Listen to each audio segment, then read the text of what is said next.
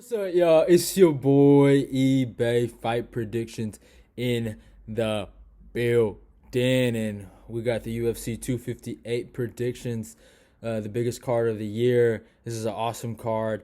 I'm just joking, bro. This card is trash. Y'all like that cap? Y'all like that good cap I gave y'all?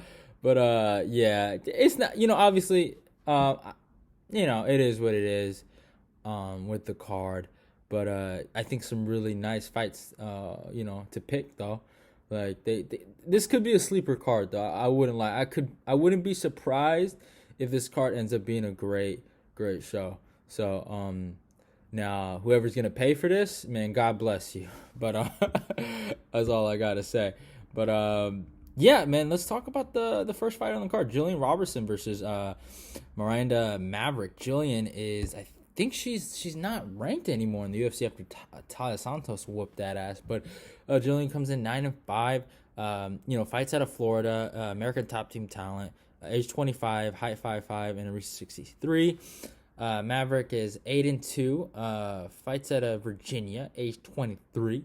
Height 5'3", and a reach 65. So she does have the reach advantage by 2, but Gillian on the other hand does have a height advantage by 2. So it's cool. I was somewhat impressed with Maverick in her last fight against Luina, I think Ajuju or whatever. But she showed a lot of aggression. She's super aggressive. She's a good wrestler. But I think Julian Robertson, she has experience. She's a good grappler. I'm a big fan of Dean Thomas. I love her coach. I think Talia Santos was just a better fighter than her. I think that's all it was. And I think she takes this. I'm going with her by decision. I think she's gonna box up Maverick. Nothing against Maverick, but I just didn't see enough, man, in her last fight. And Julian Robertson has fought these girls that are somewhat grappling heavy. She knows how to deal with them. Especially in her, I think her last fight was her last one was Polyana. Bolotello, and then she submitted Courtney Casey. So I got to go Julian Robertson. I think she gets this done by decision. But next up, we got a really good fight in Gabe Green versus Philip Rowe. Gabe Green comes in 9-3, fights at Downey, California, age 27, height 5'10", and reach 73. Philip is 7-2, fights out of Florida, age 30. Height 6'3" and a reach at 80.5. Man, that's a big reach advantage compared to 73.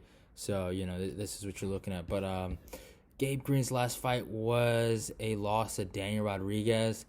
No shame in that. Daniel Rodriguez is that's D-Rod. D-Rod's a monster. So no shame in that. His last one I think was against Richard Leroy. He's not a bad fighter. He's built good, but I think Philip Rowe, even though he doesn't have a ton of fights, man, he's a Fusion XL talent out of there at that gym. Those gyms have produced guys like Mike Perry. At the time when Mike Perry was a legitimate guy, I think Mike Perry with them was ranked. I think he had knocked out Jake Ellenberger and got ranked. I think so. I might be wrong on that. But he's a good talent. And, he's long, he's rangy, he's really good boxing. They also produced Jacare. I know Jacare doesn't look that great since the what's it called? Since the Kevin Holland knockout. But hey, man, Jacare is a legend, man. Former Strikeforce middleweight champion. Their coach over there, he's revolutionizing MMA over there. So I love what they've produced. I think he gets this done. I'm gonna say second round TKO. I'm gonna say that. Actually, no. I changed my mind. I'm saying decision. I just do not think Gabe Green has that bad of a chin. But Philip Rowe is a sniper, though. I'll give him that. And he's coming off a really impressive win over Leon Shabazian via KO. But I'm going to go decision for Philip Rowe. Next fight. This is a fight that I've talked about a lot, actually, since last year. Ricky Simón versus Brian Kelleher. They've rebooked this fight. Ricky comes in 17-3, fights out of Washington, age 28, height 5'6", and it reaches 70. Kelleher, 22-11, man, tons of experience. Fights out of New York, age 34, height 5'6", and a reach of 64. So Ricky does have the reach advantage. Besides that, they're pretty similar. Ricky's coming off a really good win over guy Untitled Perillo. I think that's how you say the guy's name. Right? Yeah. And then his most recent loss was to Rob Font. We've seen what Rob Font just did to Marlon Moraes. No shame in that. Brian Kelleher, on the other hand, is coming off a win over Ray Rodriguez. That was a short notice fight. Ray's an idiot. I don't know what he was thinking, diving for that double leg. And Kelleher's most recent loss was to Cody Stamann. So not a bad loss to have. I'm really high on Cody.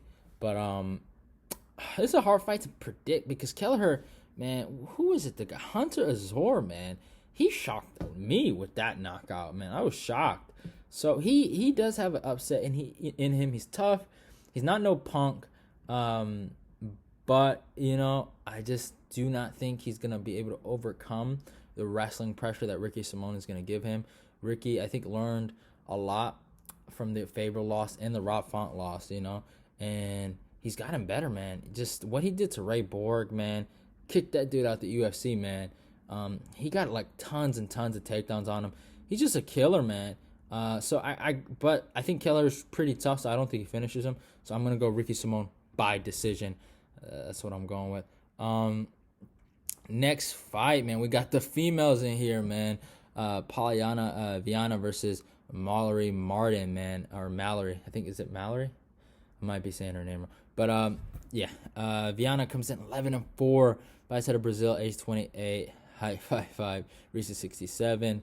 Martin 7-3, fights out of Denver, Colorado, age 27, height 5'4", and reaches 64. So Viana does have the reach advantage in 67 compared to 64.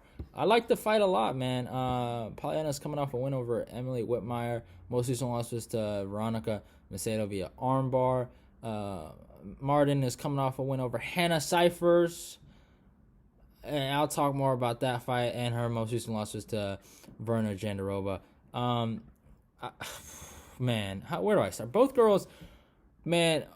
Martin is, dude, if you ever heard her talk, man, oh my God. I'll never forget when she fought Hannah Cyphers. She was screaming her lungs out. And Hannah dropped her, if you remember that fight. Hannah almost finished her, and it was so annoying to hear Martin talk. But she's a grinder. She puts it on you. She's a bit of a bully in there, I would say. I've seen some fights of her in Invicta. She likes to talk to her opponent, kind of almost like Khabib-esque. I'll quit now. This is my moment. You're not supposed to be in here with me. Stuff like that I've heard her say to her opponents. Viana, she's a good fighter. She has really good jiu-jitsu. I just think Marta's not going to get caught. Verna Jandarova is a good fighter. She was 16-1 when she fought Mackenzie Dern. She had a really crazy record. I just do not see. Viana could catch her, but I think Martin's pressure and her, she's an alpha. I'll give her that. She's a bit of an alpha, but she's fucking annoying though to listen to. No disrespect if she's listening to this, but actually all of the disrespect if you're listening to this. I can't even lie about that because that's disrespectful. But I gotta go Martin by decision. These females, yeah, I already said it, man. My boy Capper Comparison already knows it. Even though he be trying to call me out and say I don't believe this quote, but I'm gonna say it right now. Most female fights are gonna go decision. I'm gonna go decision on most of these female fights. So it is what it is. But next fight, man. This is an awesome fight. Dhiego Lima versus Belal Muhammad. Remember the name, and that's an awesome nickname. Maybe because of me, because I like the song, but it is what it is. Lima comes in 15-7. Is fighting at Atlanta, Georgia. I think the American top team in Atlanta. Age 31, height 6'2", and reaches 77. Belal Muhammad, 17-3, fights out of Chicago. Age 32, and a height of 5'11", and a reaches 71. It's an interesting fight. Belal's coming off a win over Lyman Good. Most recent loss was Jeff Neal, a guy that just main evented a UFC fight not too long ago. Dhiego Lima's on a 3-fight win streak. He's coming off a win over Luke Jimmie via split decision. His most recent loss was to Yushin Okami. That's kind of crazy. I like Dhiego Lima. He's a good fighter. I think he's fun to watch. But I just do not think... And I think Belal Muhammad is actually ranked in the welterweight division, right? Yeah, he's number 13. So he's getting an opportunity at a ranked guy. So, that's a cool thing. But Belal Muhammad, he's not scary, man. That guy is willing to fight everybody. And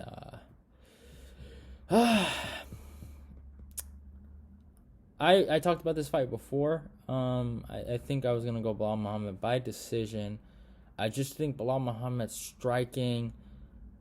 And his chin is suspect, though. I will say that. He did get rocked in the Lyman Good fight in the third round. I thought Lyman Good was going to get him out of there.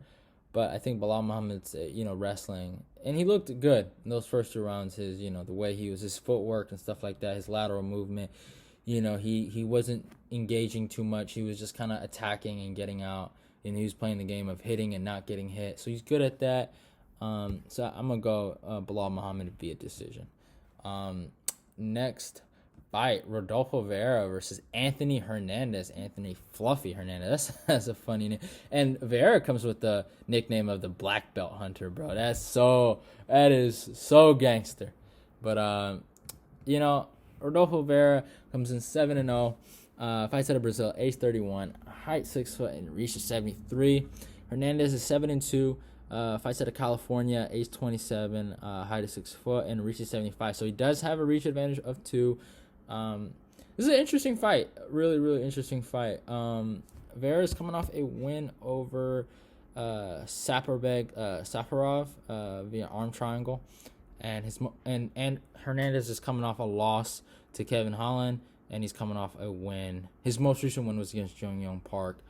And that was, I think, a submission via anaconda choke. It's an interesting fight, man. I think Hernandez is a good fighter. I don't think he's a bad fighter. I remember watching his Contender Series when he whooped on Jordan Wright, I think. He's I think his dad passed away a while back. I think that's what it was. He came in there with a lot of motion, got it done, knocked him out. I think he could challenge Rodolfo Vieira. I think he can survive a round. I really do think so. I think he gets in there in the second. I think Vieira kind of figures him out and submits him. But Hernandez is no punk, man. He's not just going to sit there and let this guy take him down. He's going to try. So I think he can get it to the second round. He has really good boxing, too. So I think Vieira's going to be... This is going to be a tough fight. I don't think this is an easy fight for him. For his way he's starting in MMA and stuff like that, I think this is going to be a good fight. Can't wait for it. But next up, we got a banger. Bobby Green versus Jim Miller. This is awesome, man. Bobby Green comes in at 27-11-1. Fights out of California, age 34, height 5'10", and reaches 71. Jim Miller's 32-15. Fights out of New Jersey, age 37. That's something to look at. Height 5'8", and reaches 71.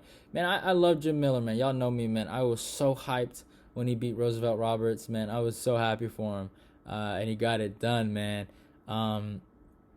He's coming off a loss, though, to Vince Pichel, and that was not a good loss. He kind of got dominated in that fight. Bobby Green, on the other hand, he's coming off a loss to Thiago Moises. That was a close fight.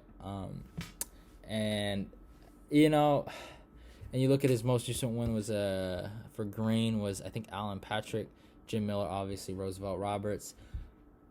I could see them screwing Bobby Green. I could see it. But I think Green, he's dealt with these guys like Jim Miller, these grinders, right? In Clay Guida. I know Jim Miller knocked Clay Guida out, and Green went to decision with Guida. But I just think Green, he's done really well in this COVID era. He was on a 3-fight win streak ever since the Thiago loss.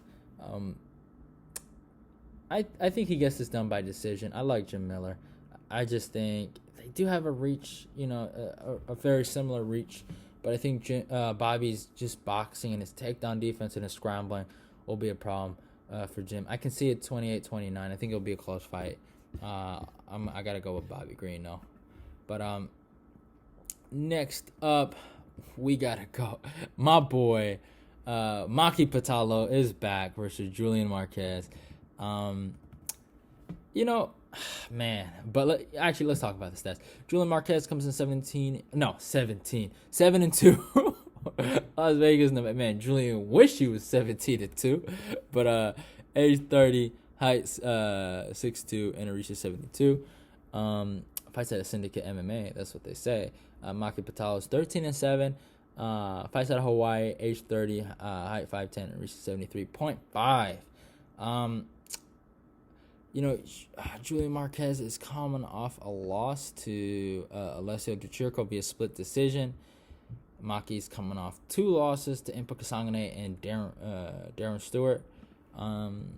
Looking like the line is all the way to Marquez. Marquez has wins over guys like Darren Stewart and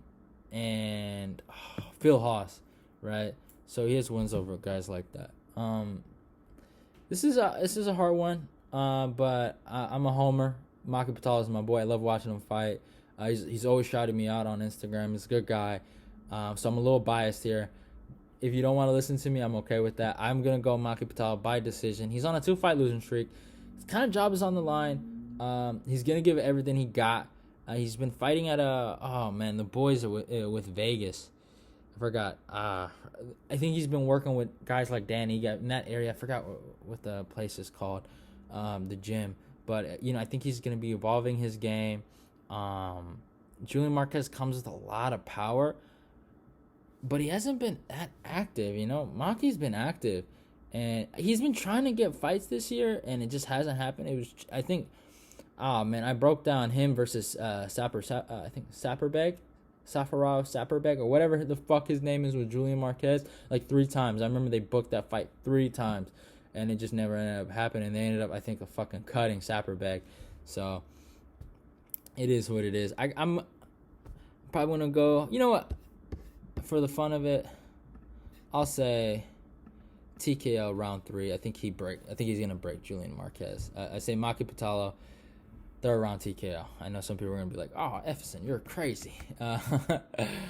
But next up, Pedro Munhoz versus Jimmie Rivera, the rematch. Pedro Munhoz comes in 18-5. Fights at Brazil, Coconut Creek. No, he doesn't fight at Brazil. He's from Brazil. Fights at Coconut Creek, Florida. Age 34, height 5'6", and a reach of 65. Jimmie's 23-4. Fights out of New Jersey. Age 31, height 5'4", and a reach of 68. So Jimmie does have the reach advantage. These guys are ranked bantamweights. So Jimmie is number 9 and Pedro Munhoz is number 8. Good matchup by the matchmakers. Pedro Munhoz is on a 2-fight losing streak. His last fight was against Frank Edgar via split decision, and against Aljamain Sterling via decision. Jimmie's coming off a win over Cody Sandman, but his last loss was to Peter Yan, the obvious champion. This is a rematch. I did watch the first fight. Obviously, Jimmie Rivera got it done. I think Jimmie Rivera is going to get it done again. No disrespect to Pedro, but y'all know me. I know it kind of backfired when Conor fought Poirier, and fucking Poirier knocked his ass out. And obviously, Pedro is on a 2-fight losing streak. Kind of needs this for his career, but I think Jimmie just has his number. I think Jimmie is kind of underrated, man. I don't think Jimmie's degraded at any point. He's fought the guys he's lost to is Peter Yan, Aljamain Sterling, Marlon Rice in his prime. Let's just say that, in his prime, when Marlon had a chin. He's lost to guys like that. He hasn't lost to anyone bad. Munhoz, I don't know. He just got, I don't want to say he got outworked. I thought he won the fight low-key against Frankie, watching it. And I'm a big Frankie Edgar fan. And I don't care, But he should have finished him, though. There was no excuse for that. He let Frankie in the fight, and that's nothing against him winning the fight or how they judge the fight. That shouldn't be in discussion, but it's how is he going to go forward in his career, he has that win over Cody Garbrandt where he knocked him out, but I'm starting to think that was more of a fluke than anything, man. And I think he gets this done by decision. He runs it back with an old rival and gets him cut out the UFC. I'm sorry, I was just playing. Next fight, Kelvin Gastelum versus Ian Heinisch. Man, this is an awesome fight. Kelvin is 16-6. Fights out of Arizona, age 29, and a height of 5'9", and it reaches 71.5. Ian is 14-3. Fights out of Colorado, age 32, height 5'11", and it reaches 72. These guys are ranked. Kelvin is ranked number 9, and Ian is ranked number 15 in the UFC middleweight division. Let's say it's plain and simple. This is do or die for Kelvin. He's on a 3-fight losing streak. This is probably one of his easiest opponents to fight in a minute. His last loss against Jack Hermanson was embarrassing. Ian Heinisch is coming off a knockout win over Gerald Meerschaert. But besides that, he was also on a 2-fight losing streak to Omari Makadev and then Derek Brunson. Even though Kelvin, he's lost to Jack Hermanson, Darren Till, and Adesanya, the champ. I still believe in the kid, man. I like the kid a lot, man. He's a good fighter. I don't know what's been going on with him. Jack Hermanson was just ignorance, man. Why would you take him down? Like, that is a question he needs to ask himself, like, every day. Ian Heinisch, I used to hold him in a high regard because the way he beat Antonio Carlos Jr., his takedown defense looked really good, but we found out Antonio Carlos Jr. cannot wrestle to save his life. It's a fact. Go look at his fights. So he made Ian Heinisch look way better than what he really was, and when Derek Brunson took him down, like, effortlessly, it kind of was like, oh, snap, what's going on here? And then Omar Makadev took him down. So he has, I think, overrated takedown defense. He does have power. But I don't think Kelvin's going to try to take him down. I think Kelvin's just going to outbox him. He does have a good chin. Ian Heinisch doesn't have, like, crazy movement. Doesn't have that crazy, like, Muay Thai style like Darren Till. I think Kelvin gets him out of there. Third round TKO, kind of similarly how he did Tim Kennedy. That's how I think he's going to get this done, hopefully. Because if he takes a loss, it's like I can't even look at Kelvin the same way anymore, man. It would be a shame to even Adesanya that, Adesanya went to this crazy war with him. But, yeah, man, Kelvin Gastelum via third round TKO.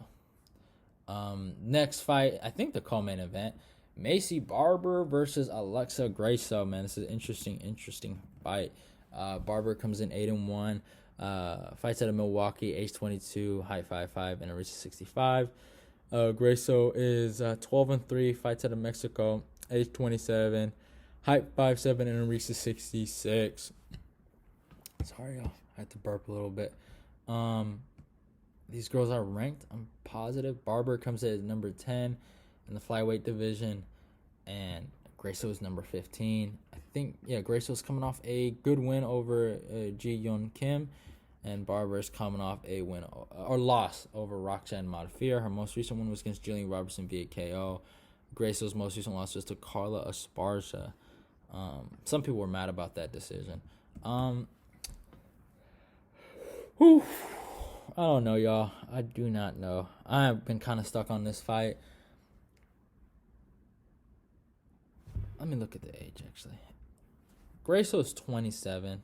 I think she's been doing MMA longer than Barber. She's been training at least longer. Barber's 22. Barber just did not look good against Roxanne Modafferi, and you cannot blame it on the knee. She lost the first round, and I'm like, whoa. And it's like, but it's just, I think Alexa Grasso has better boxing than her. I think Maycee doesn't. She has a good clinch game, and she likes to, she's super aggressive. I feel like that's the best way to describe her. But I gotta go Alexa Grasso by decision, man. Maycee Barber, she has to prove something to me personally. I think I've seen a lot of Alexa Grasso. I've seen what she's capable of. Barber, it's always been weird, man. It's always been these scraps. It's always been these kind of like brawls, and she's, I've seen her get dropped before. I think she keeps her chin out there. She's a decent looking girl, man. Nothing against her. I don't have no problem with her, but I think she's gonna I think she's taking an L again. I think. I gotta go. I don't know why she's still ranked so high, man. Like her best one is against Julian, and Julian's not even ranked. Like I wonder that, but yeah, I'm gonna go Alexa Grasso via decision. But next up in the main event, Kumar Usman versus Gilbert Burns. I got a 38-minute breakdown. Go check that fucking out. I'm gonna leave a link in the description. I went in depth with it. I used clips. I think you guys would enjoy it. I'm gonna be pretty short with this. I'm gonna go Kumar Usman. I gotta go decision. I know a lot of people are going with Durinho. I think a lot of people see this path. I get it. Usman's boring. I agree. But I looked at the Gilbert Burns fight with Gunnar Nelson. Gunnar Nelson had a lot of success. Everyone likes to replay the clip of Gunnar Nelson getting like a hip toss, right, in the clinch. And that's cool. But Gunnar Nelson held Durinho Burns in the clinch for about like 2 minutes. But the problem was he wasn't trying to work from there. He was trying to get a takedown. I think Usman doesn't care about taking guys and he'll work from the clinch. I think this will be a boring fight. Durinho is, if you look at the reach, he's going to be, I think he's given up, 6 inches of reach to Usman. Usman has a stiff arm jab. I've really went in depth with this, in my breakdown. I think Durinho has a chance. If he can get like a Colby Covington fight out of Usman, he'll knock him out, right? But I do not think Usman can afford to have a fight like that with Durinho. I think he has to, get him towards the cage. He has to back him up to the cage. He has to clinch. He has to work from there. And he has to get like a 50-45 decision. I think he can get this. I don't know if he's going to wrestle, but he has no problem working in the clinch. He didn't take Jorge Masvidal down a whole bunch. He only took him down 5 times, and that's why he was able to do this. And I don't want to compare Rafael dos Anjos to Gilbert Burns, but Rafael dos Anjos has a very similar build. He was a former UFC lightweight champion. Gilbert Burns was a former lightweight at the time, and Usman dominated him. And RDA has great jiu-jitsu. Yeah, he just got submitted against Donald Cerrone in Submission Underground, so he doesn't look too good, right? But he's shown really good jiu-jitsu. He submitted guys like Neil Magny and Kevin Lee, right? So he's good on the ground. He's a top guy, kind of similar to Durinho. I wouldn't say on his level, but similar, right? He had a lot of success over RDA. I don't think he's gonna dominate Durinho like he did RDA, but I think he will win this fight. Usman, I don't like the guy. I'm a Colby Covington fan. Y'all already know this. Broke my heart when he beat my boy, but you can't deny somebody's greatness. I'm not gonna deny his greatness. All I know is when he gets done with Durinho, we want that rematch, boy. We want that rematch, Marty. So I think Usman beats Durinho. I think Colby beats Masvidal if Masvidal decides to stop hiding, and we get that rematch, man. I can't wait for that. Love y'all and goodbye. Don't forget to follow me on my Twitter. Don't forget to follow me on my Instagram. It's your boy eBay Fight Predictions. Out of here. Don't forget to subscribe, like, comment, and click the notification button to get all my notifications. Go watch that breakdown video. It's out. It's on my YouTube. It's been out for a minute. I want y'all to watch it. Love y'all and goodbye. I'll leave the link in the description just for y'all. See y'all.